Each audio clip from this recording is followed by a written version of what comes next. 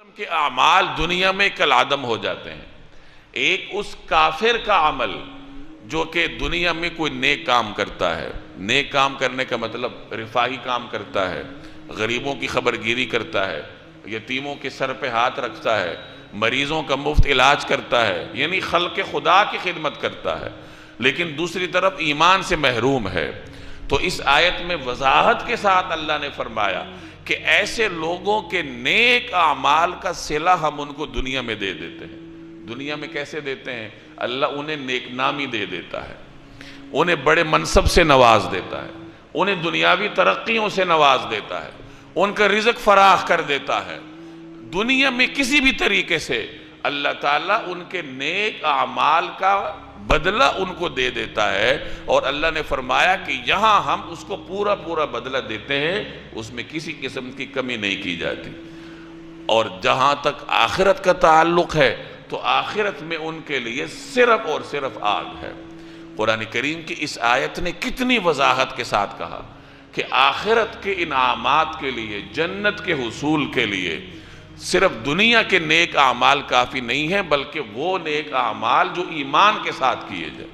اگر کوئی آدمی دنیا کے لیے نیک عمل کرتا ہے، یعنی کوئی مومن نہیں ہے، اب جو اللہ پہ ایمان نہیں رکھتا، ظاہر ہے کہ اس کا عمل اللہ کے لیے تو نہیں ہے، وہ تو دنیا کے لیے کرے گا۔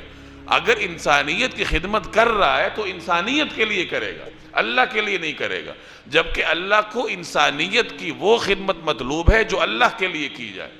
تو جو آدمی اللہ پہ ایمان نہیں رکھتا اور انسانیت کے لیے، دنیا کے لیے انسانیت کی خدمت کرتا ہے یا کوئی بھی نیک کام کرتا ہے، تو اللہ نے وضاحت کے ساتھ یہاں فرمایا کہ اس کے ان تمام نیک کاموں کی قدردانی کی جائے گی۔ قدردانی کیسے کی جائے گی؟ کہ دنیا میں اس کو اس کا بدلہ دے دیا جاتا ہے۔ اور جیسے میں نے عرض کیا کہ دنیا میں بدلہ دینے کی مختلف صورتیں ہیں۔ اللہ شہرت سے نواز دے گا، دولت سے نواز دے گا، منصب سے نواز دے گا، عزت سے نواز دے گا، جو بھی ہو، لیکن دنیا میں ان کے اعمال کا بدلہ ان کو مل جاتا ہے، اور آخرت میں ان کے لیے کچھ نہیں۔ اسی طریقے سے اس آیت کی زد میں وہ لوگ بھی آتے ہیں جو ہیں تو مومن، لیکن نیک کام اللہ کے لیے نہیں کرتے، دنیا کے لیے کرتے، کہ غریبوں کو کچھ دے رہے ہیں تو اس لیے دے رہے ہیں کہ لوگ ان کو سخی یاد کریں، عبادت کر رہے ہیں تو اس لیے کر رہے ہیں کہ لوگ ان کو عبادت گزار کہیں، یعنی ریاکاری کرتے ہیں۔